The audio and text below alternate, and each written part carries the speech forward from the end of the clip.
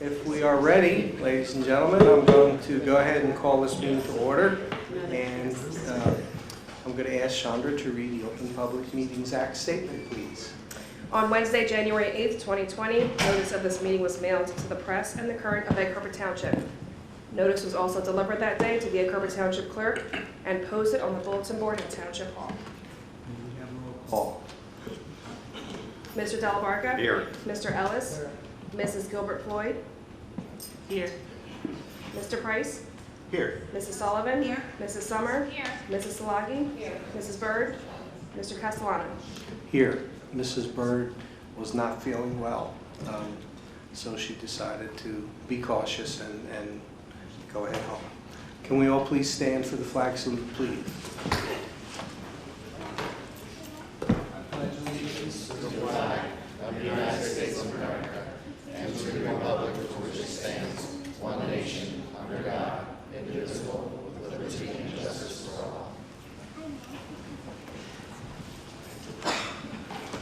So I want to thank everyone for coming out. This is our normal work session. However, our focus for this evening will be on the budget. We are going to hear a presentation and have a lengthy discussion on that. Before we do that, I just want to say a brief word.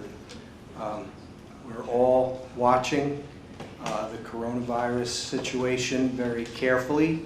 I want to give a shout out to Dr. Gruccio and her staff. They are working 24/7 to make sure that we are as ready and prepared as we possibly can be. I think as everyone realizes, not only do the facts and the guidance change daily, they change hourly. So I again want to give the world of credit to Dr. Gruccio and the staff for doing what needs to be done for the district. And I'll turn it over and see if there's anything, Kim, you'd like to say on either subject before we move forward. Thank you, Mr. President, for your kind words. Yes, we have been working 24/7 on the COVID-19 situation. It rapidly changes. It changes all the time. And we are receiving, I just want to assure the public, guidance from the governor's office. I got to be on a conference call with the governor last week. The New Jersey Department of Education, New Jersey Department of Health, the county office, county superintendent is in touch with us every day. In fact, we have a meeting on Thursday. Our school physician, who we spoke to just the other day, and our school nurses. And we just continually remind our students and staff of the importance of washing hands and having good hygiene, using tissues, wiping surfaces, helping each other out, a team effort of reminding each other and also keeping surfaces clean. We met with our facilities team. They assured us that our buildings are clean. They are cleaned thoroughly, I should say disinfected thoroughly each and every night. Our transportation department, same thing. Food services, security, and administration. In this room today, we met with the full administrative team. We had called an emergency meeting for 1 o'clock to discuss some of these items that I shared with you, but also some of the directives that we're receiving from the county office and from the state, which means that we have to create online learning opportunities for our students, as well as addressing free and reduced lunch, food services, and special education needs. So while we're cleaning and disinfecting, we have met with our department and different department supervisors and principals and discussed how to be prepared for hopefully not school closure, not an outbreak, but we have to be prepared. So I will stress what's being stressed to me: do not panic, just be prepared. Okay. Also want to share with the public and with the board, we have professional learning days this year for the very first time. A half day on Thursday, backed up with a full day on Friday, and that's a great idea. We had a lot of work planned for our staff. But due to this situation, we will be using that time to plan those online lessons. Okay, quickly, I just want to review for the board and for anyone who was not here, the full day kindergarten plan. As you know, we have advertised and we have had sign-ups for full-day kindergarten. We have great interest in it, and I just want to remind everybody that there was a strategic planning process where 3 community meetings were held, and we heard very loud and clear how the public would like us to research and look into full-day kindergarten. We also looked in how to improve student achievement, safety, areas of the building, safety and security, SEL partnership streams, and full-day kindergarten, as I mentioned. We had town hall meetings this past year, which was part of the research that we've done, but we also wanted to hear from the stakeholders the feedback they had. And we explained the rationale for full-day kindergarten, but there were fears and there were hopes. There was questions about schedules, about enrollment and class size, about transportation, food, services, personnel, resources, and supplies. And our research answered those questions to the point where we were able to create a plan. We also talked about the full-day or the preschool grant, which we found that we can apply as we implement full-day kindergarten. We can apply for that grant. Here's the catch: you cannot apply for that grant unless you have full-day kindergarten. When we look at the resources that came back to districts who have received the preschool grant, that's extra revenue, extra support from the state for those programs. So we're looking to be on that list. There's many schools, districts in Atlantic County that have preschool and that receive that money, and we want to get on that list to help us expand what we have. So our research became a reality. It became the reality that we were able to present the board with a plan to consider. We were able to put a plan, build a plan into this budget that we presented to you. Why full-day kindergarten? We stress it and we will continue to stress it. There's 584 school districts in New Jersey, and there's 40 school districts that do not have full-day kindergarten. Being a school district the size that we are, being a school district that offers a comprehensive education to our students, we owe this to our students, to our community, for the future of our community, for future savings. And what I mean by that is not only are we going to provide opportunities to improve student achievement, we're going to provide opportunities for the board in the long run to save money, because right now a lot of the money is going to remedial services and different specialties that we need. By having full-day kindergarten and having those students have foundational skills and be able to meet their needs, we're going to cut down on that throughout future years. I talked about how it's a quality education, it prevents remedial instruction, and it is an investment in your future, preparing your students.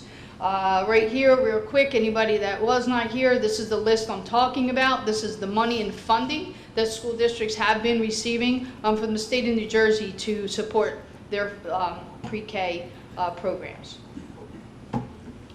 Here's the research. As I told the board before, this hasn't changed. This is what I presented last week, but it just talks about how full-day kindergarten does show improvement in student learning. These are also 2 links from the Children's Defense Fund and the Department of New Jersey's Education that supports our quest for full-day kindergarten. So our details, our enrollment expectations based on the surveys that we put out.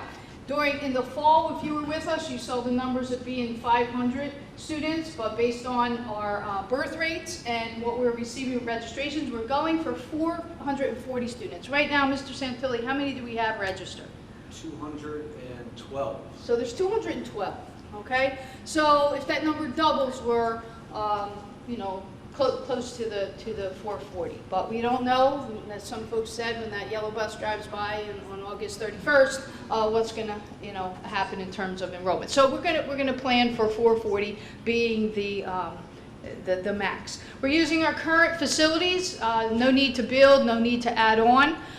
We're looking at different instructional spaces and non-instructional spaces becoming instructional spaces. Our food services can handle the volume. Our transportation needs 6 additional runs, but that's already been presented to the board, and we've already looked at that in terms of extra runs, buses that were purchased, and employees that need to be hired. So if anyone's interested in assisting us transporting students to and from home in the Egg Harbor Township School District, please let us know. There are opportunities for full-time positions that have benefits. Our curriculum resources have been reviewed by our area content area supervisors, and appropriate materials and resources have been presented us, included in this budget, including classroom setup and student tables, computers, technology, and play supplies. Current locations for kindergarten at this time will be at Swift, Slayball, and Davenport primary buildings. Future full-day schedule is not to a T, but it gives you an idea between 9:15 and 3:30 what's going on in terms of academics, social time, social emotional learning, character education, the lunch that we would serve, the playtime that's so very important, and the special areas that kindergarten would receive. And that's very, very important to the learning experience. So kindergarten would have the physical education, the technology, the art, and music. Curricular resources, we shared with the Board of Education. We broke down what the needs would be, also the classroom conversion cost, and the staffing needs. Dr. Charlton presented this last week, and also to the Board of Education, the staffing needs for current kindergarten to occur. If you were with us in the fall, you would see that we would need what was it, 15? 15, but because of analysis that we did by walking through the buildings, by looking at class size, by talking, and we realized that we could condense that need to 4 classroom teachers for efficiency reasons. Staff reallocation impact on class size. We're looking at a class size increase of approximately 2 students, and that's to even out the class sizes. This class right here that you see has 23 students in it, so there are some teachers who are currently teaching 23 students in a classroom. Transfer requests. To give you an idea of who's interested in teaching kindergarten, this is the results of a survey that Dr. Charlton put out, who would be interested in teaching full-day kindergarten, and these are teachers from these grade levels who have requested to go to the kindergarten level. Here's your staffing costs and calculations. Your total cost for full-day kindergarten is $1.5 million. Based on our initial research in the fall, we shared a $2.8 million figure, but because of more research and more study on the topic, we were able to bring it down to 1.5. That is in this current budget. So far what we've done, we had an interest survey, we gave you the number, open enrollment date, we're preparing for this budget. We promised the groups that met with us in the fall that we would present the findings to the Board of Education during the budget presentation, and that's where we are. Our preschool expansion grant information to follow, and welcome to kindergarten. Okay, so I wanted to make sure I gave you that quick overview. Maybe there's something you missed last week, you didn't understand. For anyone that's new in the audience, for you to hear it firsthand about what we planned and what we put in place. So we're pleased, we're happy, we're very excited to be able to fit this in and hopefully get this passed and make this work. Okay? All right, Mr. President, that's what I have. We are going to move to more budget talk. No, we're not? What are we moving to? As the board pleases, but we had initially done work session and then the budget presentation, but it's up to you. What do you do? We'll go ahead through our different topic areas. Now, only one committee met, but I'll look for administrative updates in each of the areas, and then we'll move right into budget. Gotcha. So into finance and operations, I'll ask Chandra if you have anything to update the board on. I do, thank you. So for finance and operations, we did not meet, but before the board takes action, I wanted to just highlight a few things. So one question came up with transfers. So twice a year, the business office reconciles payroll transfers for personnel. During budget in the spring is may not necessarily where the staff ends up once we roll out the next year's schedule, as well as if we, like last year's budget was in the spring, settlement wasn't until the summer. So this budget transfer looks hefty, but as the board will recall, part of the raise for this year's 4.1 with the EHTEA was funded by opt-out. The union decided to take that benefit away. So a large chunk of the transfer is coming from a budget line called other administrative costs, which is where opt-out is budgeted. So I just wanted to highlight that. Accepting gifts, we actually got 6 gaming sets for esports. That's including the laptop, the earplugs, and the mice for our esports club that we have. The company donated 6 whole sets. We also received a donation for pop-up tents for girls track. Thank you, Jamie. Highlight asset disposals for this month. We have some old facility vehicles and equipment. They're cleaning out by the transportation garage area. We actually have just piled up. That's where our graveyard is, if we call. Transportation has done a great job with getting their assets disposed when they are no longer of use. Facilities hasn't done it in years, so we actually had them inventory and create the list for disposal. On this agenda, you'll also see refinancing for our Xerox lease purchase agreement. Basically, what we're doing is CST copiers were of a smaller scale, and they all had their own individual printers within their CST offices, which means there was one in the main office by the secretary, a big copier, and then there was individual printers with each of the 4 or 5 offices. We decided to streamline the process as part of the special ed evaluation and create the centralized printing as we do district-wide. With that, there are apps through Xerox we'll be able to use, such as a translating app, so IEPs can be translated to different languages for the parents at home, and utilize those. It is actually coming in as a cost savings because the leases were actually established 5 years ago or longer, so the new copiers are now more efficient and cheaper, so our payment is actually going down. And last update is not on the agenda, but just a general update that came up, is where are we with vestibules? We did update last board meeting that is going to be starting the 2nd or 3rd week of March. We are still on track. The materials, we just got a meeting on Monday. Materials have arrived to go ahead and start the process. We are going to be in our building starting about 2 or 3 weeks. Its schedule is all elementary schools, K through 5, are going to be upgraded before June 30th. In the summer will be both middle schools and both entrances of the high school. So we actually are on track with vestibule projects, and we will keep you abreast as we keep going. Any questions in finance? Any questions, board members, on finance? Okay, seeing none, we'll go ahead and move to curriculum. Anything you'd like to update us on, John? The curriculum committee has not met. We are finalizing our aviation academy plans, and as soon as that is finalized, we will be bringing that to the whole board so that you are brought up to speed with that development and excitement. That's all. Very good. Any questions? Board members, okay. Terry, anything you'd like to share with us in open session? Yes, Mr. President. All 9 members of the board are part of the Personnel Committee, and tonight in committee we discussed new staff proposals for the next year's budget, which Dr. Gruccio covered so well in that last presentation. And we also talked about upcoming job fairs. The next one, I will have a booth at the Glassboro High School Job Fair, which is April 4th, and that one is focused on recruiting diverse applicants. So we will have a booth there, and luckily enough, our cameraman Ian gave me a great report on our HR recruitment video, and he's going to have an addition for me to look at on Thursday, and so hopefully we can premiere it next Tuesday night. Thank you, Ian. Very good, thank you. Any questions? Yeah, I'm looking forward to seeing that video myself, personally. Okay, moving into policy. I just wanted to say, I wanted to thank Dr. Charlton for, I'm just glad to hear that we're having to go into a recruitment for diverse candidates. So I just want to say thank you for that. And I'm back. So I'm just going to share what took place at the policy committee meeting. On Thursday, March 5th, 2020, members of the policy committee met to discuss policy agenda items.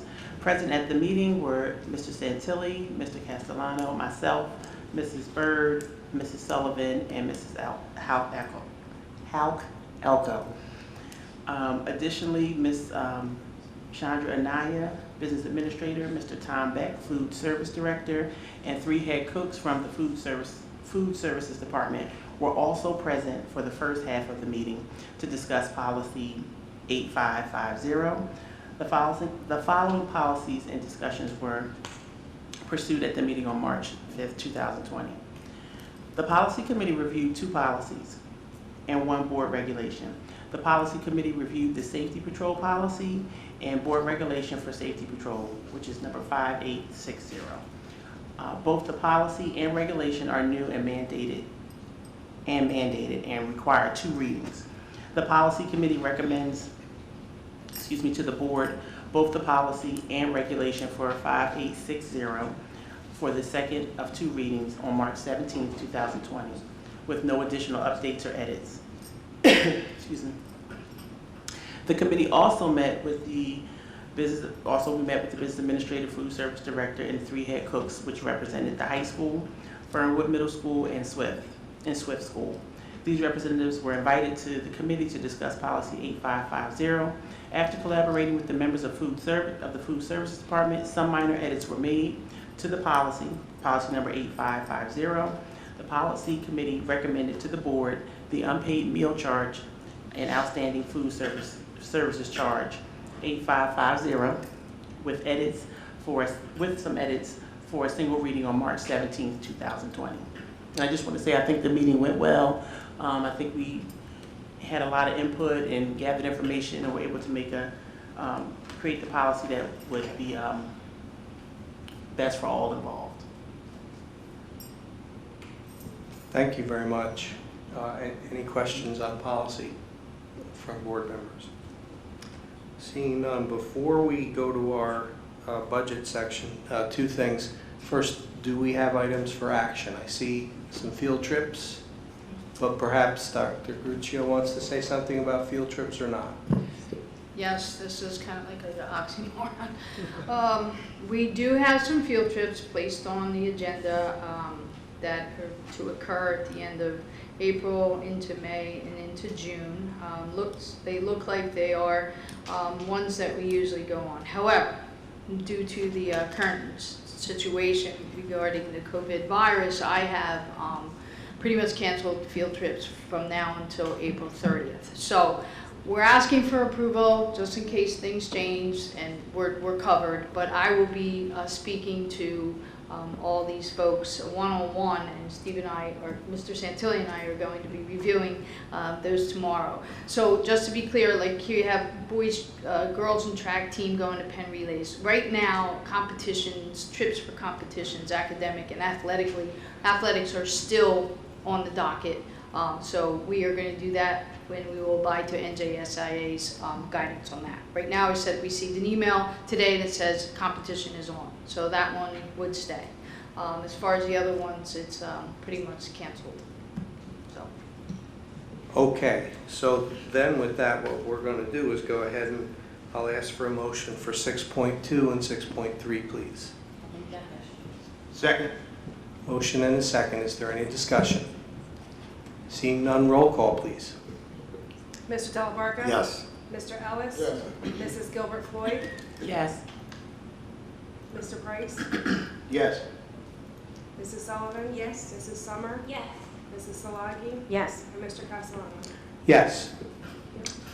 Okay, at this point, we're going to move into our budget presentation, and I just want to let members of the public know that board members have submitted lengthy questions, comments, suggestions in advance to our administration on the budget already as a result of our prior two meetings that we've had on budget already, and so we've already begun that part of the work, and Chandra will share some the highlights of that exchange as well as she goes into her presentation. Thank you, Mr. Castellano. So, Budget 3.0, it's our 3rd official meeting after rolling out the actual budget. Can you explain what that means? Sure. Budget 3.0. So, starting in October, we had curricular areas, supervisors, speak to the board about their goals for the next 3 to 5 years, depending on the department, was how long their plan was. Talking about year 2021 and what that year entailed in their plan, what resources they would need, and what their attempts were to roll out for their special departments. We then, from October all the way through January, actually into February, we had facilities and athletics as well. In the end of February, we actually had the first budget meeting as far as, hey, hold harmless, you know, what we know for sure we're going to have for costs next year, gave a little history on state aid, kind of like a fundamentals terminology kind of a meeting. That was budgets 1.0. Last week, we had Budget 2.0, which actually included the actual state aid received and presented a balanced budget to the board and the community. Since then, board members did ask questions. More information has come from now until the budget is actually approved through the hearing. We constantly get more updated information for costs for next year from different vendors. So it's a little bit of a moving target, and we like to update the board and the community on a weekly basis. So this is the third version of that update. So at the beginning, we'll just recap a few things. Year-to-year comparative, we actually have in the previous version last 5 years for this comparative information, but this is just last year to this year. We're proposing a budget with a 2% increase on the tax levy. We did receive additional money in state aid. We have some small changes in our local and federal resources. Fund balance, we did explain in Budget 1.0, if you want to reference that, what fund balance means. It is our excess surplus from previous years of not spending all the money or getting more money in. And there's actually less money saved to put into this budget than in the previous years. I can go into more detail, but it's in 1.0, so I won't bore you. Levy detail, the tax impact to the taxpayers of this current budget proposal. So if we decided as a board that we were not going to go to 2% cap, hold the budget at no levy increase, because we operate on a July to June basis, but the tax bill comes on a January through December basis, the second half of the year was already going to be increased by almost 2.5 cents, 2.48 cents. What that means for an average household of $100,000 value versus 200, and then you can continue to do the math if you have a higher home, the impact would have been $25 to $50 depending on the size of your home already if we didn't use the extra income from the tax levy. This budget is proposing a 2% tax levy increase, which is about 4.5 cent increase. What that means for an average home of $100,000 versus $200,000 is $45 to $89, and that's an annual number. That's not a per month number, just to recap on a calendar basis. State aid. Yes, we did get more money in state aid. It's about $6 million. We not only talk about how we're underfunded, this is a reflection of what we truly are underfunded. What this is basically saying, based on our demographic, our enrollment, our average household income, special needs students, low-income students, all those factors taken into consideration, transportation costs, they're saying that the state should have given us $74 million. They gave us $54 million. We appreciate the increase, but we still have some ways to go. So where all the money go was one of the questions that came from one of the board members. A quick recap. So we kept existing programs, and here's what we're calling new. Contracted salaries, we do have 2 bargaining units in this district. One settled June of 18, one settled June of 19, so we know, rolling it forward, it's going to be about $2.7 million of salary increases. Everybody else in the district is about $340,000 of salary increases. We have discussed new staff in this budget, and I'll bring up that sheet, which is in the binder, the orangish form. Just a recap for the public. In order to implement full-day kindergarten, as Dr. Gruccio presented, it's the first few positions there: 4 kindergarten teachers, 2 health and PE, 2 full-time specials, 2 part-time specials, and 3 resource-related services type staff members. In the special ed department, in order to comply with rolling forward our new schedules and our student needs in that department, we have resource room staff, 2 needed in Davenport, behavioral specialist, taking our current part-time behavioral specialist and making full-time, occupational therapist, 2 speech therapists, physical therapist, a supervisor of special ed working who's currently a 10-month, moving to a 12-month position to handle the student needs, as well as a director of special ed to run the department.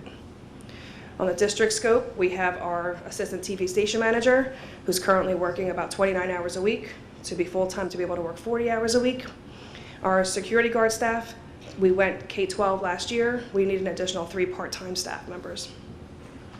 Coaches, we spoke about at the last meeting. A lot of the coaches we're calling one-coach teams have either setups where one coach cannot cover multiple locations of students, so they need help. Or in this other situation is the volleyball program. The boys volleyball program is actually a new sport.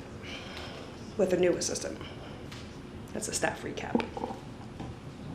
So that's where that came from. Full-day kindergarten, as Dr. Gruccio discussed, is 1.5 million. Supplies and textbooks. I showed this as a highlight because year after year, I'd say for the last 7 years, I've been doing budgets, we keep cutting supplies and textbooks. This year, because all the curricular areas presented to the board, they all had great ideas to move student achievement, really follow our district learning goals. It did come to about $475,000 in resources. I just want to highlight, although that sounds like a lot of money, I decided to pull this off of the Taxpayer's Guide to Spending. For those of you who don't know, you can Google Taxpayer Guides of Spending. It is a comparative statewide of like-sized districts, and our like size is a K-12 with more than 3,500 kids. Now we have like 7,500 kids, but that's the category we were put in, and they basically rate you amongst other districts your size and your K-12 situation.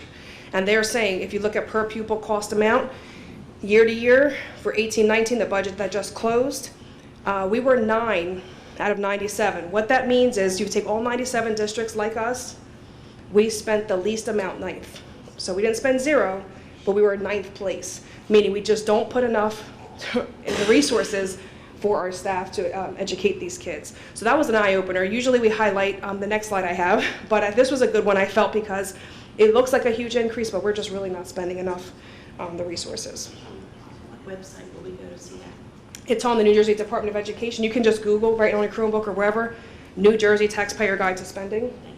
And you can, so it's actually like an 8-page document. It compares legal costs, administrative costs, facility costs, like upkeep and maintaining things, all kinds of fun facts, data. What you're used to seeing is, I do want to highlight for you, we've heard multiple times from the public and even sometimes from a perspective of just community members and board members and our own staff, we're administrative heavy. Again, you take all 97 districts in that K-12, 3,500 kid population, we are spending the 5th. Like we are in 5th place, which is not really a good honor. We don't want to be first.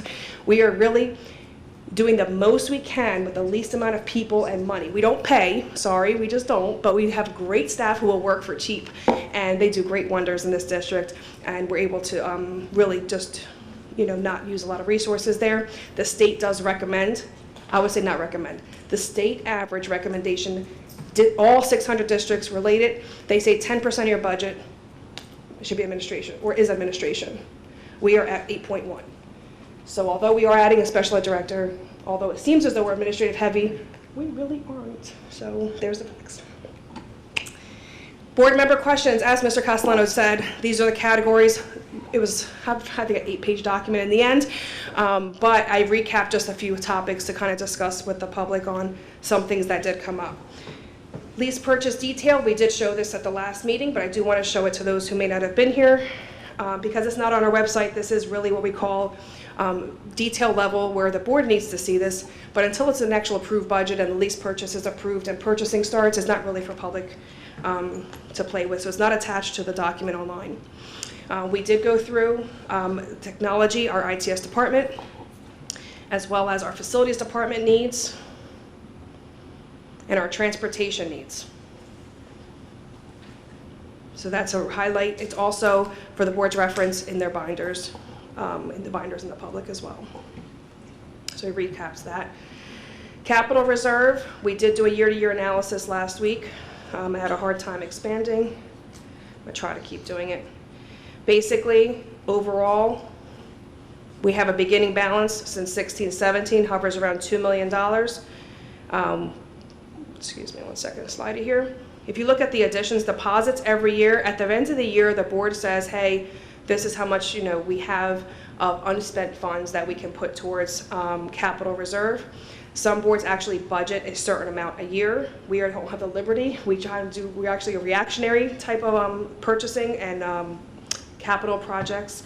So it's usually the end of the year. We're looking at the end of this year, being able to put hopefully $1 million in.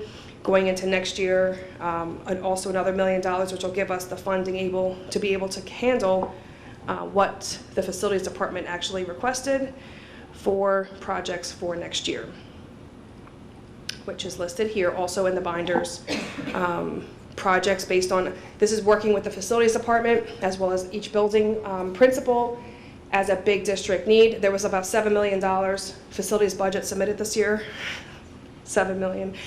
Of the 7 million, we prioritized what could stay, what's reoccurring costs, what we can use lease purchase, and what can be done on a capital reserve. So this is actually funds separate from what's set aside outside of our regular everyday spending to do things such as, repaving. There's some cracks in the district we should be doing preventative maintenance on, door replacements, roofing projects, gang bathrooms, things of that nature. And district physician came up, I guess, with the VID, as John has dubbed it, coronavirus, COVID-19. We have been in touch a lot with our district physician. It is $25,000 a year is one of the questions that came up. What does he do? How often does he come? He does come to the high school. I want to say, I have to look at my response, weekly maybe? I think he comes to the high school weekly, and once a month to the middle schools, and he is always on call, helps with our physicians, and that is actually a statutory requirement, and his job description is actually in New Jersey statute of what he has to do for us as a district. AppliTrack is our online application tool. Not only does it allow people to apply for jobs, we're able to maintain them into certain job categories with little human error. We have the ability to do reference checking, rejection letters, sexual misconduct forms. So it's a very good tool, but that did come up as an expense that was questioned. Cell phones in the district. So overall, central administration, what I call directors of, if you're leading a department, not curricular supervisors, only the high school principals, not every principal, but those are the people that would have a district cell phone because they need to be on call pretty much at all times, like director of facilities and our director of IT and those sorts of people. But it was questioned on who has cell phones and how often are they paid. Facilities, there were a lot of questions on some of the facility lines. For example, we have in the budget to restrip and actually paint the gym floor and then refinish. Every year for the gyms, we kind of scrub them up, scuff them up, refinish them.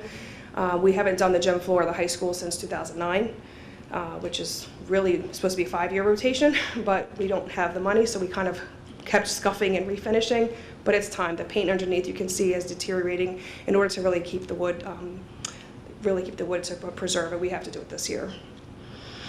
Transportation, yes, we spend a lot in transportation with other districts, meaning I have to contract out. We have 100 routes here. We need more drivers. If anybody would like to drive a bus or knows somebody who wants to drive a bus, we are definitely hiring. Great benefits package. But for now, until we get those drivers, we're actually doing a campaign, and you may have seen it at, we do it at ShopRite, we're doing it on Planet Fitness, and actually on the Rock Station and Cool 93. We're trying really hard to recruit some drivers. Until we get the physical bodies of the people, it's very difficult. So we are getting the equipment lined up. We are in the strategic plan in transportation, which will be spoken about April next month. They'll be coming to let you know where they are with their strategic plan and how they're going to be rolling out the transition of the retirement of the director. Special ed, a couple things came up with programs, resources, staffing. So budgets, all the budgets, if you ever look in the binders, they are all school-based budgets. There are some staff that don't have a school. Why don't they have a school? They're a district-wide employee. They help everybody in the district in that particular category. If there's anything I missed in the administrative team that you want to highlight, or board members that was asked, they want to have a highlight for the community. I kind of just did the big chunk topics because it was quite a long list. Okay. You have something? Go ahead. Maybe you can bring this up a little bit better. I've been asked a couple times why big units are not being changed, more effectively. I think it comes down to how we had to all of a sudden, and roofing, we had to all of a sudden build all these schools at the same time. And now at the same time, everything is starting to break down. So if you have anything more you'd like to address about that. Yes, so facilities is a big concern, and it was brought up in the conversation with facilities budget, not only refinishing the gym floor, but our replacement plan for the presentation from our facilities director of all the things that we have to replace now. it's all on the radar for it now. We can't do it all now because it would require us going to referendum, which we know is a bad word at this point, but it's really, we've identified $30 million. $30 million of things that need to happen right now. Our facilities director and I, we're working very hard with our New Jersey Energy Clean, trying to get as much as we can to do through an ESIP, which is an energy savings improvement plan, hoping to at least acknowledge the first major things. But I would say, I'm not saying it out loud, but I'm saying next 3 to 5 years, we're probably going to have to do something. Districts usually do referendums every 5 to 7 years. We haven't done one since we built Miller. Miller was opened in '08, just to put it in perspective. We have a lot of things coming up that need some major repair. And I'm talking like rooftop units. When Tim presented to the board, we talked about the high school rooftop units. It's this big trailer truck size, ventilation systems on our rooftop. Since then, the high school's been expanded on several times. Usually you can just take a crane, plop it off, put the new one on. We can't even get to the center of the roof of these units. We're talking choppers are going to be lifting and moving. So it's going to be a big deal. We really have to get it done. So we're looking at solutions, and hopefully within the next 30 days we'll be coming to the board with an ESIP plan or a plan B of some kind. But we're trying to get solutions. Yeah. I just want to ask a quick question to make sure I was clear. So I remember you talked about the vestibules, the security vestibules, Yes. how they're in process. The front entrances. Included in last year's? So that is or funded by included- capital reserve. Okay. So if I bring that slide back up, I will zoom in because it's hard to read. This year, we opened up 1920 with a capital reserve balance of 1.8 million. Okay. We have not made a deposit yet, so my current balance is actually 437,000, this lower, but without the million. But this is what we've taken out so far this year. For the vestibule projects, it was 698,000. The architect fees and the engineer fees and the boring and all the things that happened for Eagle Academy's scope of work, because we basically had to prepare the whole scope of bid, realized it was way too much, and we did say put a hold on that, but I still have to pay all those scope fees, I'll call them. And also the last meeting we just had, you authorized the Alder Fernwood Middle School fire and safety things to be done. So that's capital reserve, which is outside of this budget. Thank you. No problem. Question. Yes. Chromebooks. I know I asked the question before, but I just wanted to clarify. There's more. There's a next slide. Oh, We are going to get to Chromebooks. I don't want to cut you off, but we are going to get there, and if you want to just put a pin in that, we are definitely addressing it very next slide. Okay, I had some questions. No problem. On the board questions, any questions on the board questions, and then we have more to recap. Okay. Haha, Chromebooks. So, on the lease purchase list we showed you, we did have Chromebooks on there, and we did have Chrome tablets on there. At this time, with updates about the virus and China shutting down pretty much, all the factories have been shut down, I think, since the end of January. Acer, Dell, and I can't remember the third company name, they are not making anything. So even if we ordered Chromebooks through this budget process, we wouldn't get them until after January, February, maybe. So we decided, let's look at our plan again, redeploy what we currently have. We are keeping Chrome carts because right now we have carts of 30. We don't have classes of 30. So we want to break up the carts and make more sets throughout the district and be able to distribute them a little bit easier. So the Chrome carts are staying into the lease purchase program, but we are cutting Chromebooks, and we're cutting the Chrome tablets without the, we're keeping about 40 of them for special ed specifically, because that is something we're hoping is in stock, and they really need to roll out the curriculum that's in this budget to be able to push that out. So that part is staying, but we are cutting out the rest. Okay, So now how your many- question about Chromebooks, go for it. Well, you answered a lot of it. Okay. How many Chromebooks do we currently have? Mr. Santilli's going to pull up our cute little spreadsheet. He may not pull it up here, but he'll pull it up on his desktop. Please hold. Do, do, do. Do you have something else after that, or is that just it? No, that's all. Okay, he'll pull that How up. many we have now. No All right, problem. thank you. We'll have it as soon as he gets them. We'll go to the next two items.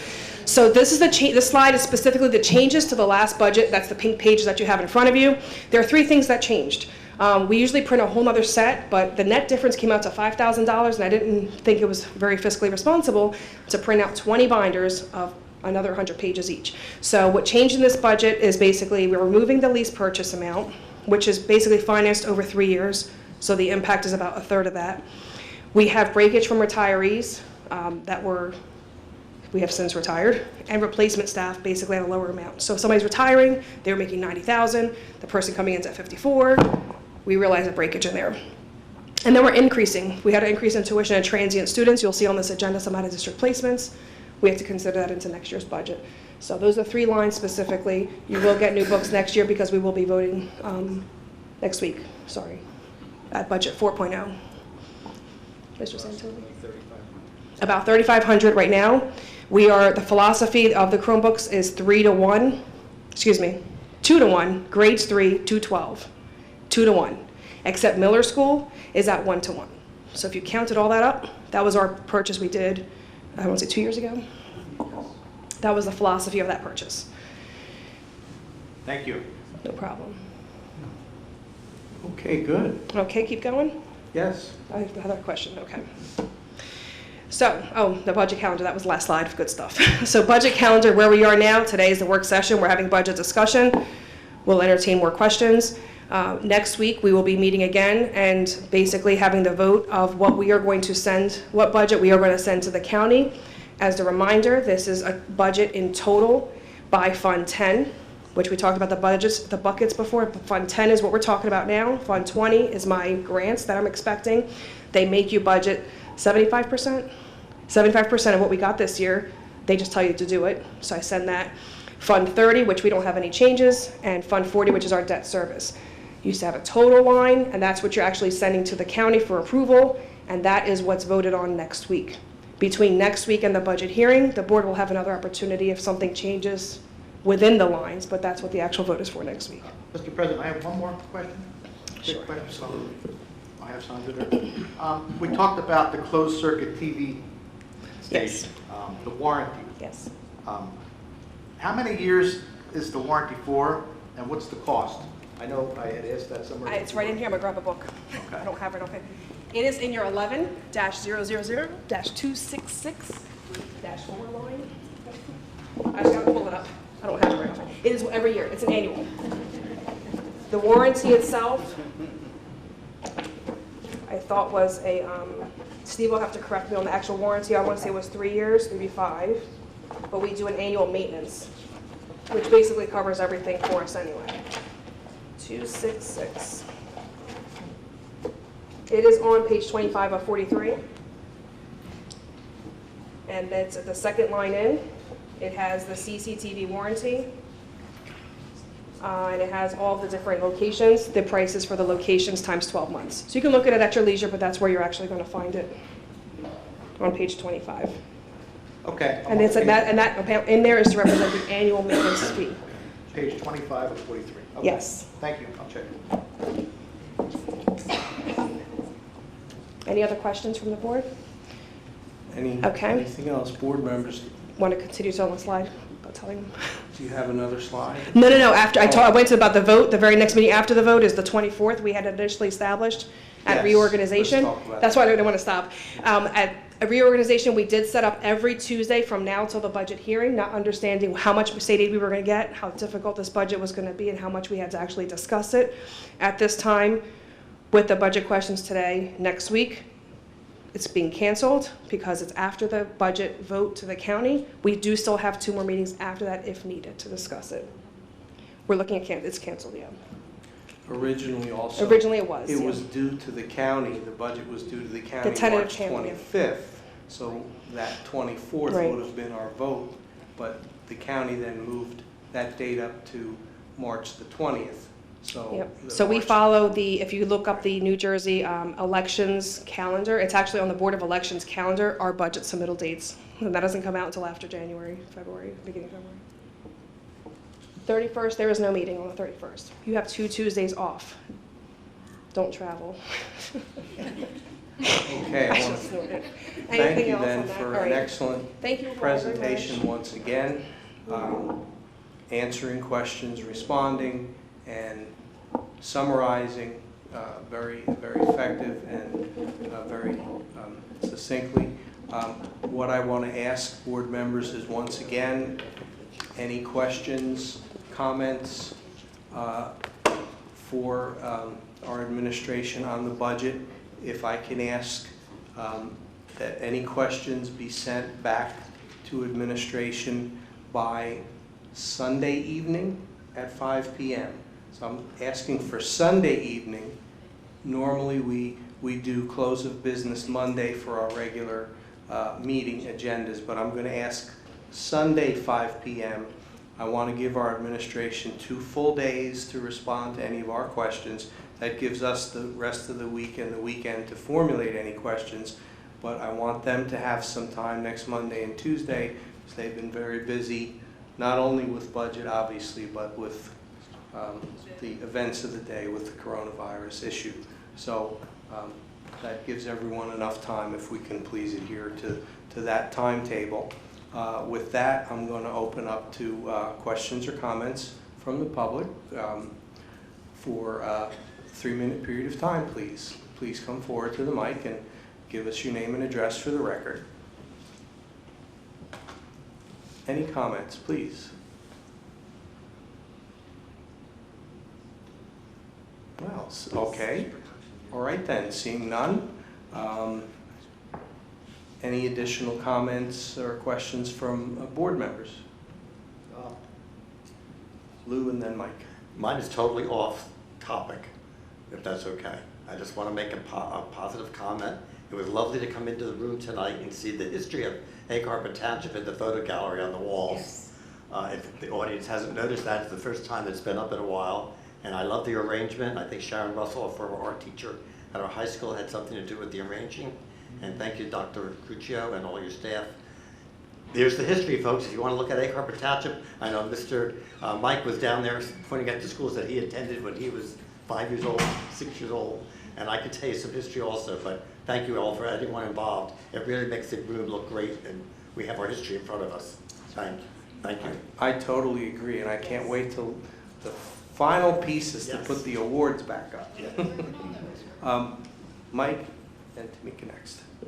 Well, I would just like to say again, I know we all do the hard work that the superintendent, the assistant superintendents, and Chandra put into the budget, and we're still plugging along. I know we had a lot of questions, and I know I appreciate your patience as I make my way through it, and I appreciate everything that you're doing, so keep up the good work. Thank you. Very good.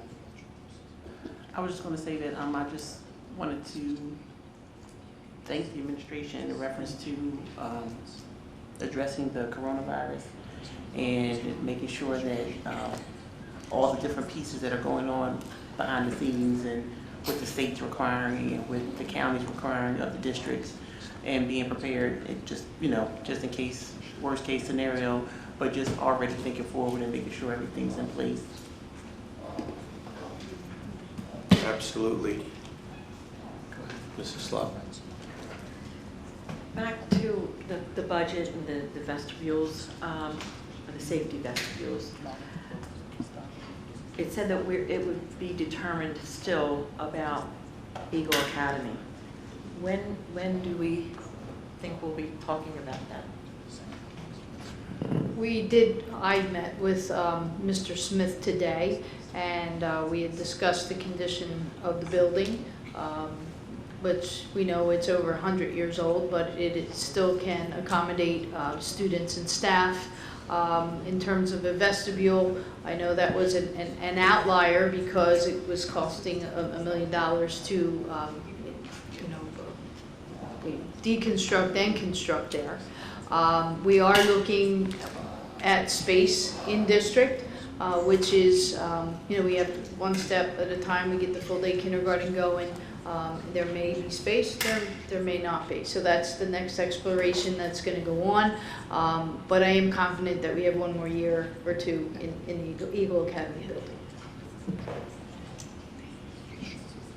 Any other questions, board members? Administration, any final? I'm just going to close out by sort of where I began, just by thanking our administration for working so hard, as well as board members on this budget. Everyone has worked extremely hard, and you can see it in the excellent presentation and the contents. And again, I want to also thank our administration for really working 24/7 to be out ahead of the coronavirus, doing everything they possibly can to make sure that we are as ready and prepared as possible. So I thank you for both working. These are two major issues to be working on simultaneously, and I thank you all very much. I want to thank everyone for coming out tonight. A week from tonight, next week on the 17th, we will meet again here at 7 p.m. Though that is a regularly scheduled meeting, again, the focus of that meeting will also be our budget, and we will be voting, as noted previously, we will be voting on the budget in terms of sending a preliminary budget to the county next Tuesday. So with that, I'm going to ask for a motion to adjourn. Second. Motion and second. All in favor? Good night, everyone. Thank you for coming out.